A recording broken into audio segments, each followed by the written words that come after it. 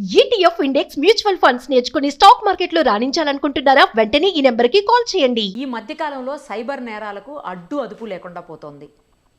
దారుణంగా హ్యాక్ చేస్తున్నారు ఫోన్స్ను. అలాగే ఏపీకే ఫైల్స్ పేరుతో రకరకాలుగా చీట్ చేస్తున్నారు. ఎస్బీఐ లింకులని ఇంకేవేవో అంటూ రకరకాలుగా మోసాలకు దిగుతున్నారు. పైగా ఇది ఏకంగా సీఎంఓ స్థాయి, మినిస్టర్ స్థాయిలను కూడా వదిలిపెట్టే పరిస్థితి లేదు. దీనికి సంబంధించి అసలు ఎలా అడ్డుకోవచ్చు, అలాగే ఎలాంటి జాగ్రత్తలు తీసుకోవచ్చు, సైబర్ నేరాలకు బలి కాకుండా ఉండాలంటే ఎలాంటి జాగ్రత్తలు తీసుకోవచ్చు, వీటన్నింటి మీద సైబర్ క్రైమ్స్ సంబంధించిన ఎక్స్పర్ట్, అలాగే పోలీసులకే క్లాసులు ఇచ్చేటువంటి ఐటీ ఎక్స్పర్ట్ శ్రీధర్ నల్లమోతు గారు లైవ్ కాల్ అందుబాటులో ఉన్నారు. ఆయనతో మాట్లాడదాం ఒకసారి. నమస్తే అండి శ్రీధర్ గారు. నమస్తే నిరుపమ గారు. ఏంటండి అసలు సైబర్ నేరస్తులకి అసలు ఇది కాదు, ఇది లేదు అన్నట్టు ప్రతిదీ అసలు రకరకాలైనటువంటి ఫ్రాడ్స్ చేస్తున్నారు. ఇంత దారుణంగా తయారంటే అసలు ఏ రకంగా ఫ్రాడ్ జరుగుతుంది, ఏ రకంగా చేస్తున్నారు, మనం ఎలా బలైపోతాం కూడా మనకు అర్థం కావట్లేదు. ఈ ఫోన్ ఎప్పుడు ఎలా హ్యాక్ అవుతుందో తెలియట్లేదు, ఎవరి దగ్గర నుంచి ఎలా డబ్బులు పోతాయో తెలియట్లేదు. నాకు తెలిసి ఈ మధ్యకాలంలో మా వాళ్ళది ఒకటే పోయిందండి. ఏంటంటే యూపీలో డ్రా చేశారు అమౌంట్, 1.5 lakh యూపీలో తీసేసుకున్నారు. అసలు ఏంటిది, ఏం జరుగుతుంది, అసలు ఎట్లా దీన్ని ఎలా కనిపెట్టాలి, ఎలా జాగ్రత్త పడాలి మనం?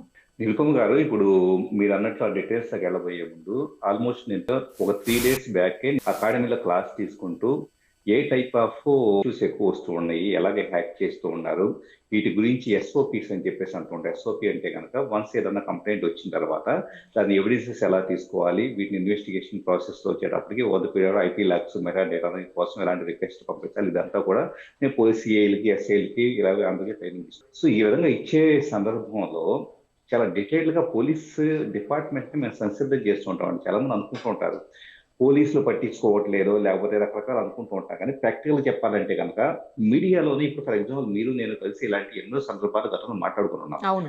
మీడియా ద్వారా కానీ పోలీస్ ద్వారా కానీ ఎవరి కాళ్ళు ప్రయత్నాలు చేస్తూనే ఉన్నాయి అవేర్నెస్ తీసుకురావడం కోసం. అవేర్నెస్ తీసుకురావడం కోసం ట్రై చేస్తుంటే అవేమీ చూడకుండా, వాటి గురించి కనీస అవగాహన లేకుండా ఏదో ఏపీకే ఫైల్ వచ్చిందంటే కనుక దాన్ని ఎవరు ఇన్స్టాల్ చేయమన్నారు? ప్రాక్టికల్గా ఉన్నదన్నట్టు మాట్లాడుకోవాలంటే ఒక అప్లికేషన్ క్లిక్ చేయగానే ఇన్స్టాల్ కాదు. బేసికల్గా ఆండ్రాయిడ్ అప్లికేషన్, ఏపీకే ఫైల్ అంటే ఆండ్రాయిడ్ అప్లికేషన్ ప్యాకేజ్ వచ్చేటప్పటికి వన్స్ ట్యాప్ చేసిన తర్వాత దాన్ని ఇన్స్టాల్ చేయాలా లేదా అంటే ఆండ్రాయిడ్ ఏం చేస్తుందంటే ఒక సెక్యూరిటీగా దీన్ని మీరు డెవలపర్ ఆప్షన్స్లోకి వెళ్ళేసి ఎనేబుల్ చేయండి, అప్పుడు మాత్రం ఇన్స్టాల్ చేసుకోగలుగుతారు, అది కూడా మీ ఓన్ రిస్క్తో చేసుకోండి ఒక మెసేజ్ చూపిస్తుంది. అంటే ఆండ్రాయిడ్ ఫోనే బై డిఫాల్ట్ వచ్చేటప్పటికి మీరు దీన్ని క్లిక్ చేయకూడదు, ఒకవేళ మీ ఓన్ రిస్క్తో చేసుకోవాలంటే ఇలా అప్రోచ్ అవ్వండి అని చెప్పేసి ముందే ఒక వార్నింగ్ చూపిస్తున్నా కూడా దాన్ని కూడా క్లిక్ చేసేసి ఆ వార్నింగ్ కూడా బేకప్ చేసేసి వెళ్ళేసి ఇన్స్టాల్ చేసుకుంటున్నారంటే కనుక అంటే ఇంటెన్షనల్లీ తెలుసో తెలియకో మీరు ఇన్స్టాల్ చేసుకుంటున్నారు. ఎవరో ఇది కరెక్ట్ అండి. తెలుసో తెలియకో చాలా మంది చదువుకున్న వాళ్ళు, అందరూ చదువుకున్న వాళ్ళు ఉండరండి. ఈరోజు ఆండ్రాయిడ్ ఫోన్స్ అందరూ యూజ్ చేస్తున్నారు, వాళ్ళకి తెలియకపోనకూడవచ్చు. లేకపోతే ఇంకోటి ఏంటంటే పిల్లలు, పేరెంట్స్ వాళ్ళేం పర్టికులర్గా పిల్లల చేతికి ఇవ్వకపోవచ్చు ఫోను, కానీ వాళ్ళు ఏ స్నానానికి వెళ్ళినప్పుడు లేకపోతే వాళ్ళు ఏ తింటున్నప్పుడు వాళ్ళు పడుకున్నప్పుడు కూడా పిల్లలు ఫోనులతో ఆడడం కోసం తీసుకున్నటువంటి పరిస్థితులు ఉంటున్నాయి మన ఇళ్లలో. సో అలాంటప్పుడు క్లిక్ చేశారనుకోండి, పిల్లలు క్లిక్ చేసి వీళ్ళకి తెలియకపోవచ్చు. అవి అనుకోకుండా వాట్సాప్లో కూడా అండి, వీళ్ళు ఏం మెసేజ్ చేయకుండా కూడా వాట్సాప్లో మెసేజ్లు వెళ్ళిపోతున్నాయి ఈ ఫోన్ నుంచి. దాన్ని రిమోట్ అడ్మినిస్ట్రేషన్ టూల్ అంటూ ఉంటాము. ఒక ఏపీకే ఫైల్ మీ ఫోన్ లో ఇన్స్టాల్ చేసిన తర్వాత నేనే ఫర్ ఎగ్జాంపుల్ ఒక నేరస్తుడిని అనుకోండి, ఒక హ్యాకర్ అనుకోండి, నేను కామన్ గా ఏం చేసుకుంటానంటే సో ఈ కొత్త సినిమా రిలీజ్ అయింది, దీన్ని ఇన్స్టాల్ దీన్ని చూడండి అని చెప్పేసి ఒక ఫైల్ పంపిస్తాను. కామన్ గా స్పామ్ గా నెంబర్ ఆఫ్ పీపుల్ పంపించినప్పుడు సో వీళ్ళు ఏం చేస్తారు, సినిమా చూస్తామన్న ఆశ కొద్దీ దాన్ని క్లిక్ చేస్తారు. క్లిక్ చేసినప్పుడు ఏదో వార్నింగ్ చూపిస్తుంది, సినిమా చూడాలని ఇంటెన్షన్ వాళ్ళకి మెయిన్ కాబట్టి ఆ వార్నింగ్లు పట్టించుకోకుండా ఇన్స్టాల్ చేస్తారు. చేసిన తర్వాత నెక్స్ట్ జరిగే థింగ్ ఏంటంటే రిమోట్ అడ్మినిస్ట్రేషన్ టూల్ ఏదైనా కూడా ఫిజికల్ గా మీ ఫోన్ మీ చేతిలోనే ఉంటుంది, కానీ నా కంట్రోల్లో రిమోట్ గా నా కంట్రోల్లో ఉంటుంది. అంటే మీ ఫ్రంట్ కెమెరా నేను చూడగలుగుతాను, మీ బ్యాక్ కెమెరా ద్వారా మీ వెనకుండే మొత్తం కూడా ఇంట్లో కావచ్చు, ఆఫీస్లో కావచ్చు, ఎవ్రీథింగ్ నేను రియల్ టైమ్ లో మానిటర్ చేయగలుగుతాను. అలాగే మైక్రోఫోన్ లో మీరు మాట్లాడుకునే ప్రతి మాటను కూడా నేను ఇక్కడ నుంచి రికార్డ్ అనే బటన్ ప్రెస్ చేసేసి any time I can record the live conversation of you. రెండోది ఫొటోస్, వీడియోస్. దురదృష్టవశాత్తు ఇంకా చెప్పాలంటే అంత సెన్సిటివ్ డేటా బయటకు రావట్లేదు, కానీ మోస్ట్ ఆఫ్ ద పీపుల్ మేము కొన్ని కేసెస్ చూస్తే 2017లో వచ్చేటప్పటికి హ్మ్. ఒక ఇన్సిడెంట్ జరిగింది. హ్మ్. యాపిల్ ఐక్లౌడ్ అకౌంట్ లో ఉండే 20 మంది హాలీవుడ్ హీరోయిన్స్ యొక్క న్యూడ్ ఫోటోలు బయటకు వచ్చినాయి. బాబోయ్. ఎందుకు బయటకు వచ్చినాయి అంటే కనుక వాళ్ళ ఫోన్ లో డేటా అంతా ఐక్లౌడ్ తో సింక్ అవుతూ ఉంటాయి. బై డిఫాల్ట్ మన ఆండ్రాయిడ్ వాళ్ళకైతే కనుక గూగుల్ ఫొటోస్ సింక్ అవుతూ ఉంటుంది. ఒక్కసారి ఫోన్ కనుక ఎవరన్నా యూజర్ది ఇలా ఏపీకే ఫైల్ ఇన్స్టాల్ చేసి అందులో ఉండే ఫొటోస్ ని ఐక్లౌడ్ అకౌంట్ ని లేదా యాపిల్ గూగుల్ అకౌంట్ ని హ్యాకర్ కంట్రోల్లోకి తీసుకుంటే మీరు పర్సనల్ గా క్యాప్చర్ చేసుకున్న ఫొటోస్ కానీ ఇలాంటివన్నీ కూడా వీడియోస్ కూడా పబ్లిక్ డొమైన్ లోకి వెళ్ళిపోతాయి. ఓ. అంటే ప్రైవసీ ఇష్యూ. రెండోది బ్యాంకింగ్ ఇన్ఫర్మేషన్. మీరు ఏదైనా ఫైనాన్షియల్ ట్రాన్సాక్షన్ చేయాలనుకున్నా కానీ మీ ఈ రోజు స్మార్ట్ ఫోన్ చేతిలో ఉందంటే ఒళ్ళు దగ్గర పెట్టుకొని వాడుకోవాలి. ఎందుకంటే కష్టపడి సంపాదించుకున్న ప్రతి పైసా కూడా మీ బ్యాంక్ అకౌంట్ లో ఉంటుంది. ఒక్కసారి డివైస్ కాంప్రమైజ్ అయితే కనుక పూర్తిగా మీ అకౌంట్ ని ఖాళీ చేయడానికి ఒక హ్యాకర్ కి అవకాశం ఉంటుంది. అలాంటప్పుడు ఎంత జాగ్రత్తగా ఉండాలి? కరెక్ట్. యాజ్ ఏ హ్యాకర్ గా నాకు అంత అవసరం లేదండి. సింపుల్ గా ఒకసారి ఏపీకే ఫైల్ ఇన్స్టాల్ చేసి మీ ఫోన్ లో జీమెయిల్ లోకో లేకపోతే కనుక మీ హోమ్ స్టోరేజ్ లోకి వస్తే అందరూ ఏం చేస్తున్నారంటే నా ఫేస్బుక్ యూజర్ నేమ్ ఇది, నా పాస్వర్డ్ ఇది, నా ఏటీఎం కార్డ్ ఇది, నా ఏటీఎం కార్డ్ పిన్ ఇది, లేకపోతే నా నెట్ బ్యాంకింగ్ యూజర్ నేమ్ ఇది, పాస్వర్డ్ ఇది అని చెప్పేసి ప్లెయిన్ టెక్స్ట్ గా సేవ్ చేసుకుంటున్నారు. ఆ ఓహో. ఒక్క ఫైల్ నేను కాపీ చేసుకున్నాను అనుకోండి, చాలు అయిపోయింది. అంటే మీ పాస్వర్డ్ల గల్లంతు, మీ అకౌంట్ల గల్లంతు, మీ ఫైనాన్షియల్ ఇది గల్లంతు, అట్ ద సేమ్ టైం మీ ఫొటోస్ వీడియోస్ గల్లంతు, కంప్లీట్ మీ ఫోన్లు ఇప్పుడు ఏం చేస్తున్నారు, ఎక్కడ తిరుగుతున్నారు లొకేషన్ తో సహా నేను తీసుకోగలుగుతాను. అట్ ద సేమ్ టైం మీరు అన్నారు వాట్సాప్ లో నేనే మీ తరఫున వేరే వాళ్ళ కమ్యూనికేషన్ అదే చేయగలుగుతాను. కదా. నాకు చాట్ చేసిన దాన్ని డిలీట్ చేయగలుగుతాను. ఆ. సో ఇది కాదండి, జరుగుతుంది. ఇప్పుడు యాండ్రాయిడ్ ఫోన్ కు మాత్రమే ఈ ప్రాబ్లం ఉందా, లేకపోతే ఐఫోన్ కూడా, యాపిల్ ఫోన్లకు కూడా ఈ ప్రాబ్లం ఉందా? వాటికి ఉండదు, వాటి చాలా సేఫ్ ఐఫోన్స్ యాపిల్ ఫోన్స్ అంటారు, నిజమేనా? అట్లా ఏమన్నా ఉందా? అలా ఏముండదండి. ఇప్పుడు దాంట్లో మహా అయితే కనుక ఏపీకే ఫైల్ ఉండదు, దాన్ని వేరే కొన్ని ఫైల్స్ ఉంటాయి. ఆ ఫైల్స్ ని మనం బై డిఫాల్ట్ ఏది యాపిల్ ఇన్స్టాల్ చేయలేం. కాకపోతే ఈ ఒక్క విషయంలోనే వెసులుబాటు, అంటే వేరే ఫైల్స్ మనం బై డిఫాల్ట్ ఇన్స్టాల్ చేయలేము అన్న ఒక వెసులుబాటు తప్పించి నేను వేరే పద్ధతిలో వెబ్ లోకి వెళ్ళిన తర్వాత నేను ఎక్కడో అకౌంట్ ఫిషింగ్ అటాక్ ద్వారా హ్యాక్ చేయగలుగుతా. వేరే పద్ధతిలో మీ ఫోన్ లో ఫొటోస్ కెమెరా యాక్సెస్ నేను పొందగలుగుతా పర్మిషన్స్ తీసేసుకొని. దాంట్లో కూడా 90% క్రైమ్స్ పాజిబుల్ అవుతాయి యాపిల్ ఐఫోన్ అయినా కూడా. అదేమి ఏదో చాలా సురక్షితమైంది, అది కొనుక్కుంటే మన లైఫ్ అంతా వర్యవలసిన పని లేదు, ఆ టైప్ ఏమి ఉండదండి.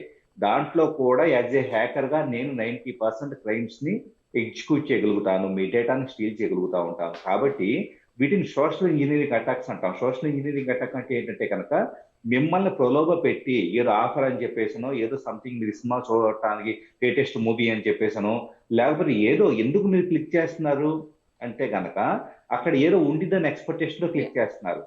అది అంటే పిల్లలు లాంటి వాళ్ళు అయితే వాళ్ళకి తెలియక క్లిక్ చేస్తున్నారు కదండి.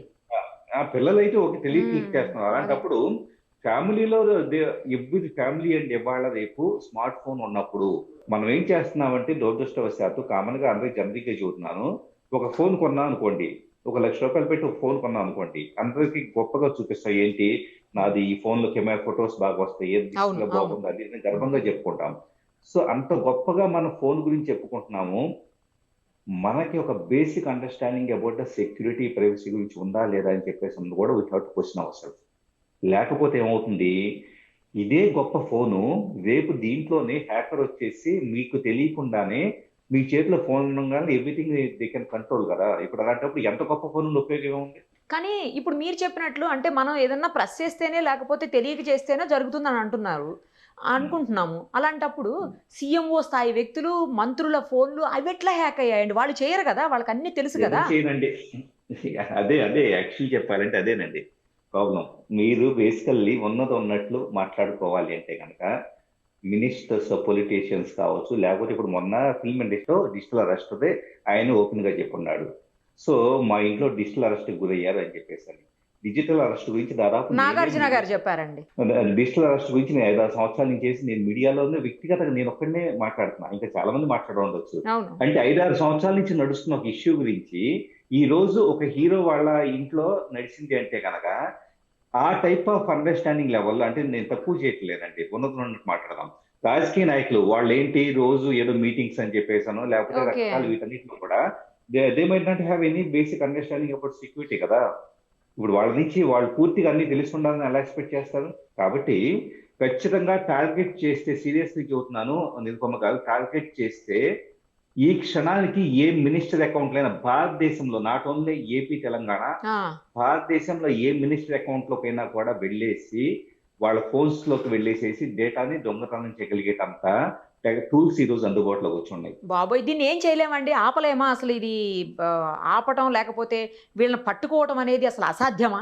పట్టుకోవటం అసాధ్యం అంటే ఎలా ఉంటుందంటే, ఇప్పుడు సింగిల్ పర్సన్ ఒక వ్యక్తిని టార్గెట్ చేశారు అనుకోండి. ఇప్పుడు ఒక మినిస్టర్ ని ఒకే ఒకరిని టార్గెట్ చేసి, ఎందుకు అంటే ఆ మినిస్టర్ డేటా ద్వారా ఏదో సంథింగ్ ప్రయోజనం, బ్లాక్ మెయిల్ చేసి ఏదో ప్రయోజనం పొందాలనుకుంటే అది సింగిల్ అటాక్. ఆ సింగిల్ అటాక్ అని కనీసం దాన్ని ఐడెంటిఫై చేసి మనం పట్టుకోవడానికి స్కోప్ ఉంటుంది. ఇదేంటి, మాస్ గా కొన్ని వందల మందికి లింకులు పంపించేసేసి ఎవరో ఒకళ్ళు ఓపెన్ చేస్తే కనుక జరుగుతుంది. సో దీన్ని వచ్చేటప్పటికే ఆర్గనైజ్డ్ క్రైమ్, ఇది యాక్చువల్లీ ఆర్గనైజ్డ్ క్రైమ్ లో వచ్చేటప్పుడు రివర్స్ ఇంజనీరింగ్ చేసి దీనికి ఎవరు పంపించున్నారు, దీని వెనక ఎవరు ముఠాలు ఉన్నారు అన్నది ఐడెంటిఫై చేయడానికి ఇట్ టేక్స్ సమ్ టైం అండి. పట్టుకోవచ్చు డెఫినెట్లీగా, ఎందుకంటే వీళ్ళకి ఫైల్ ఎక్కడి నుంచి వచ్చింది, వాట్సాప్ వాళ్ళకి అఫీషియల్ గా లెటర్ రాస్తాం. లెటర్ రాసినప్పుడు మెటా డేటా వస్తుంది, టైం పట్టేస్తుంది, టైం లెందీ ప్రాసెస్. సో అందుకని ఈ ప్రొసీజర్ కన్నా కూడా ఐడెంటిఫై చేసినా కూడా ఏ రాజస్థాన్ లో కావాలంటే కొంతమంది VPN వెనక వేరే విదేశాల్లో దాగుంటారు. వాళ్ళని పట్టుకోవాలంటే కనుక ఇప్పుడు ఏమవుతుంది, ఇంటర్పోల్ హెల్ప్ ఏదో కావాల్సి, అంతేగా. ఎంత ప్రాసెస్ కన్నా కూడా పోలీస్ లో ఇప్పుడు ఎలా ఉంటుందంటే, మనం మోసపోయి తర్వాత పోలీసుని బ్లేమ్ చేసే పరిస్థితి కన్నా కానీ first we should have basic understanding అండి. నాకు ఇంకో డౌట్ అండి, ఇప్పుడు మాస్ లెవెల్లో ఎక్కువ బల్క్ లో పంపిస్తారు, చాలా మందికి వెళ్తాయి అనుకోండి, ఒక 100 మెంబర్స్ అట్లా వెళ్ళిపోతాయి ఒకటేసారి. అందులో ఏ ఒక్కరు క్లిక్ చేసినా కూడా మిగతా వాళ్ళందరూ హ్యాక్ అవుతాయా? అలా కాకుండా ఎవరు క్లిక్ చేసినా వాళ్ళది మాత్రం అవుతుందా? వాళ్ళకొక్కరికేనండి, వాళ్ళకొక్కలదే హ్యాక్ అవుతుంది.